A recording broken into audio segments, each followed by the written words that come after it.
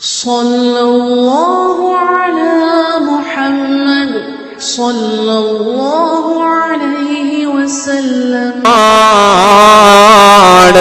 അതുകൊണ്ട് എന്റെ പ്രിയപ്പെട്ട മുഅ്മിനീങ്ങളോട് ഓർമ്മപ്പെടുത്തട്ടെ, പുതിയ കാലത്ത് നമ്മുടെ മക്കളെ പരിപാലിക്കാൻ നല്ല ജാഗ്രതയുള്ളവരാകണം നമ്മൾ. ദീനിയായ വഴികളിലേക്ക് അവരെ നമ്മൾ കൈപിടിച്ചു കൊണ്ടുവരണം. നല്ല നല്ല കാര്യങ്ങൾ നമ്മുടെ കൂടെ നടത്തിക്കൊണ്ട് അവരെ നമ്മൾ പരിശീലിപ്പിക്കണം. ഇൽമിന്റെ മജ്ലിസുകൾക്ക്, സ്വലാത്തിന്റെ മജ്ലിസുകൾക്ക്, ദുആഇന്റെ മജ്ലിസുകളിലേക്ക് അവരെ കൈപിടിച്ചു കൊണ്ടുവരാൻ നമുക്ക് കഴിയണമെന്നാണ്. അങ്ങനെ കഴിയുമ്പോഴാണ് നമ്മൾ നമ്മുടെ ബാധ്യതകൾ നിറവേറ്റിയവരായി മാറുക. അപ്പൊ ഈ മോഡേൺ കാലത്ത് മക്കൾ എന്തുകൊണ്ട് വഴിപിഴയ്ക്കുന്നു എന്ന് ചോദിച്ചാൽ അതിന്റെ പ്രധാനപ്പെട്ട ഉത്തരവാദി നമ്മൾ തന്നെയാണ്. എത്രത്തോളം നമ്മൾ അവരെ ചേർത്ത് പിടിക്കുന്നുണ്ട് എന്ന് ആലോചിച്ചു നോക്കൂ. പരിശുദ്ധ ഖുർആൻ സൂറത്തുൽ ഫുർഖാനിലൂടെ നമ്മോട് എപ്പോഴും ദുആ ചെയ്യാൻ പറഞ്ഞ ഒരു ദുആ വചനമുണ്ട്. വല്ലദീന യഖൂലൂന റബ്ബനാ ഹബ് ലനാ മിൻ അസ്വാജിനാ വദുർരിയാതിനാ ഖുർറത അഅ്യുൻ വജഅൽനാ ലിൽ മുത്തഖീന ഇമാമാ. എല്ലാ സന്ദർഭങ്ങളിലും നമ്മൾ ദുആ ചെയ്യണം. എന്താ പറയുന്നത്? മുഅ്മിനീങ്ങളായ ആളുകൾ അവരെപ്പോഴും അല്ലാഹുവിനോട് ദുആ ചെയ്യുന്നവരാണ്. റബ്ബനാ ഹബ് ലനാ മിൻ അസ്വാജിനാ വദുർരിയാതിനാ ഖുർറത അഅ്യുൻ. റബ്ബേ, ഞങ്ങളെയും ഞങ്ങളെ ഭാര്യ സന്താനങ്ങളെ, റബ്ബനാ ഹബ് ലനാ മിൻ അസ്വാജിനാ വദുർരിയാതിനാ ഖുർറത അഅ്യുൻ. ഞങ്ങളെ മക്കളെയും ഭാര്യമാരെയും ഭർത്താക്കന്മാരെയും ഞങ്ങൾക്ക് നല്ല കൺകുളിർമയാക്കണം. അവരെ കാണുമ്പോൾ ഞങ്ങൾക്കൊരു സന്തോഷം വേണം. മക്കളെന്ന് പറഞ്ഞാൽ നമ്മളെ ലോങ് ടേം ഇൻവെസ്റ്റ്മെന്റ് ആണല്ലോ. ദുനിയാവിലെ മാത്രം നമ്മുടെ വരുമാനമല്ല. നാളെ നമ്മൾ മരണപ്പെട്ട് ഖബറിൽ കിടക്കുമ്പോൾ എല്ലാം മുറിഞ്ഞു പോയാലും വലദുൻ സാലിഹുൻ യദ്ഉ ലഹു, ഖബറിൽ കിട്ടുന്ന ഒരു അമല് നമ്മളെ മക്കളെ ദുആ ആണ്.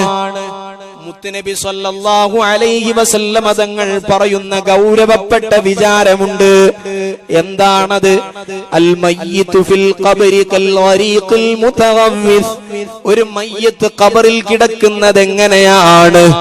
വെള്ളത്തിൽ മുങ്ങിപ്പൊന്തി സഹായം അഭ്യർത്ഥിക്കുന്ന ആളെ പോലെയാണ്.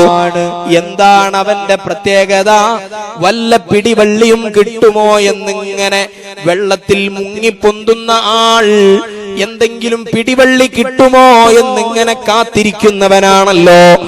അതുപോലെയാണ് മയ്യത്ത് ഖബറിൽ എന്നാണ്. അഥവാ ഖബറിൽ കിടക്കുന്ന ഓരോ മയ്യത്തുകളും, നമ്മുടെ ചുറ്റുവട്ടങ്ങളിൽ അന്തി ഉറങ്ങുന്ന എത്രയോ മയ്യത്തുകളുണ്ടല്ലോ. നമുക്ക് പരിചയമുള്ള ആളുകളുടെ ഖബറുകളുണ്ടല്ലോ. ഓരോ ഖബറുകളിലും പ്രതീക്ഷയുടെ തിരുനാളവുമായി മക്കളുടെ വല്ല അമലുകളും കിട്ടുമോ എന്ന് ഖബറിൽ കാത്തിരിക്കുന്ന ഖബറാളികളാണ്. ഈ സദസ്സിന്റെ ചുറ്റുവട്ടത്തുമുള്ള ഖബറാളികളുടെ അവസ്ഥകൾ അതാണ്. വല്ലതും കിട്ടുമോ, വല്ല പിടിവള്ളിയും കിട്ടുമോ എന്ന് നമ്മുടെ ഉമ്മ ഉപ്പമാര് ഖബറിൽ പ്രതീക്ഷയോടെ കാത്തിരിക്കുകയാണ്. വല്ലാത്ത പ്രതീക്ഷയിലാണ്.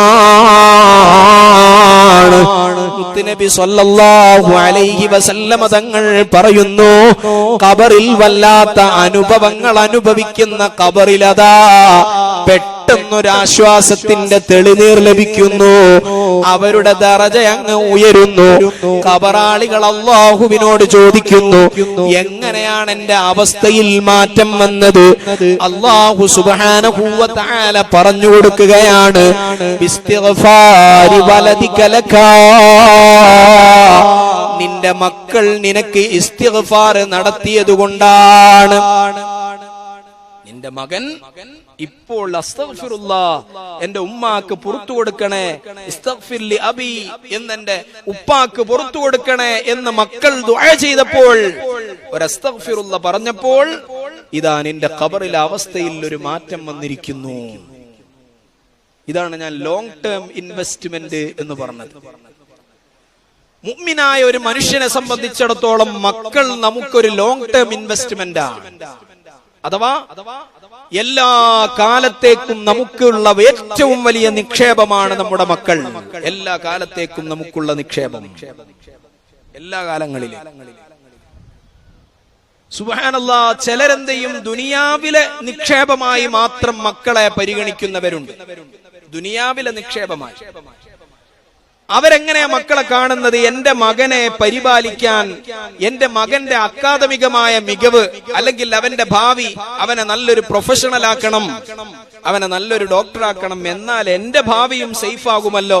ഞാൻ പ്രായമാകുമ്പോൾ എനിക്ക് സമ്പാദിക്കാൻ കഴിയാതെ വരുമ്പോൾ എന്നെ തീറ്റിപ്പോറ്റാൻ മകന് നല്ലൊരു ജോലി വേണമല്ലോ, നല്ലൊരു പ്രൊഫഷനിൽ മകനെ എത്തിക്കണമല്ലോ എന്ന് കരുതിയിട്ട് ഇവരെന്തെയും നല്ല പ്രൊഫഷണൽ കോഴ്സുകൾ തെരഞ്ഞെടുക്കും.